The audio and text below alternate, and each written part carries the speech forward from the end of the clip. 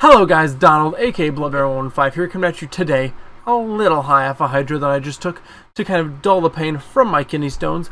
But like I said, I was going to make sure that I got the prediction video out for you guys today, so hopefully this is uploaded prior to the show actually starting, because I'm recording this pretty close to start time for the kickoff show, but we're going to try to get this all complete, uploaded, all that good stuff for you guys before kickoff show begins. So without further ado, let's get started. Starting off with the first of 3 kickoff show matches that we have tonight. We are going to talk about Andrade Cien Almas and Zelina Vega versus Rusev and Lana. Sorry, I had to check the name because I want to make sure that I didn't pronounce her name incorrectly, because I don't really know her name all that well.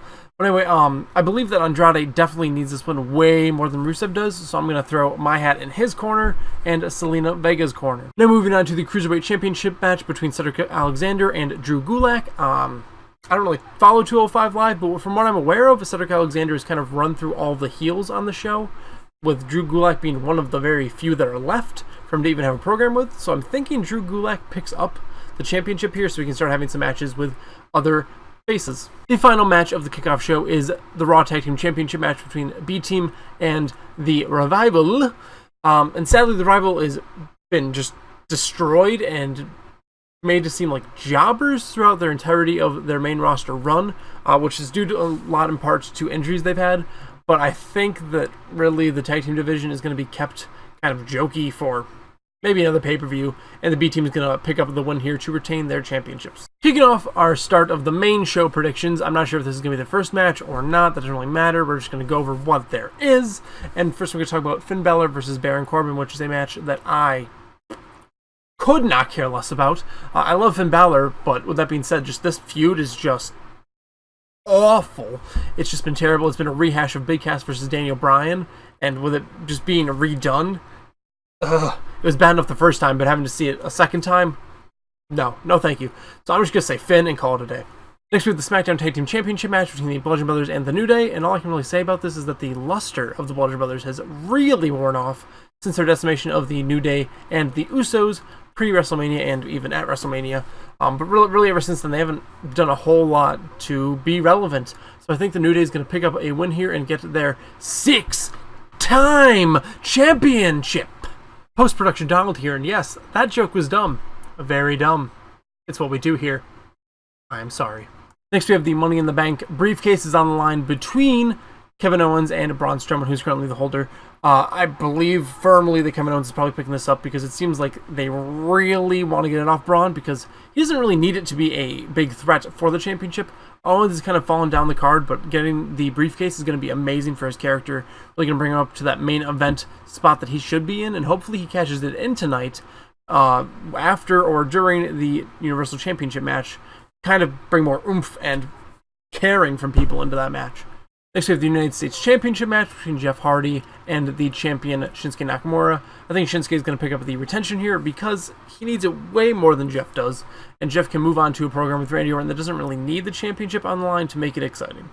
And now we have the Intercontinental Championship match between Seth Rollins and Dolph Ziggler, which is probably going to be the match of the night in my opinion if I had to take a quick guess based on the card. Seth Rollins always bringing in great work, and him and Dolph Ziggler did not have a bad match. It just finicky, and rulings-wise, I had a lot of problems with their previous match, the Iron Man match, but with that aside, they're two great workers and probably going to be a great match between the two, especially with Dean Ambrose back and Drew McIntyre in the corner of Dolph. There's going to be a lot of shenanigans. I'm hoping it'll be a really fun match, but let's just say I think Seth Rollins is going to win, because I'm assuming they're going to kind of set up a program between him and Dean Ambrose with the Intercontinental Championship on the line, as well as just a blood feud between the two, with Ambrose going heel.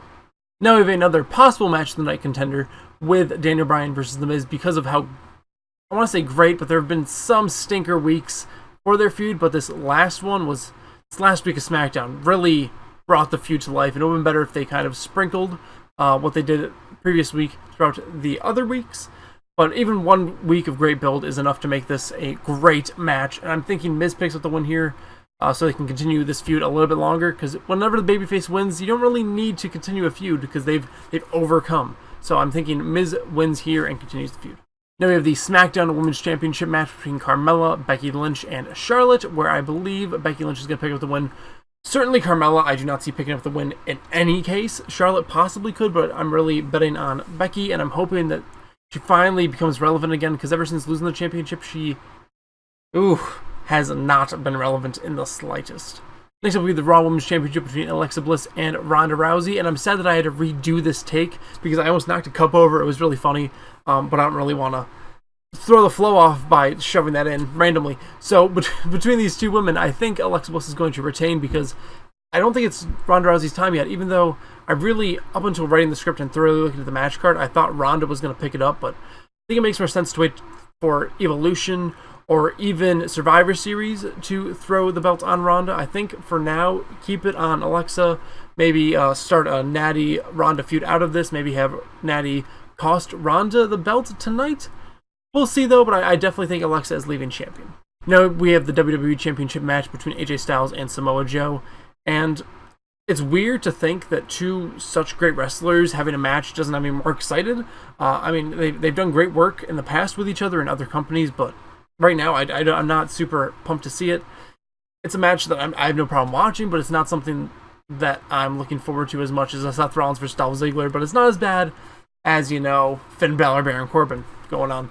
But I definitely think AJ is going to pick up the win here, retain his championship, because he is the cover star of 2K19.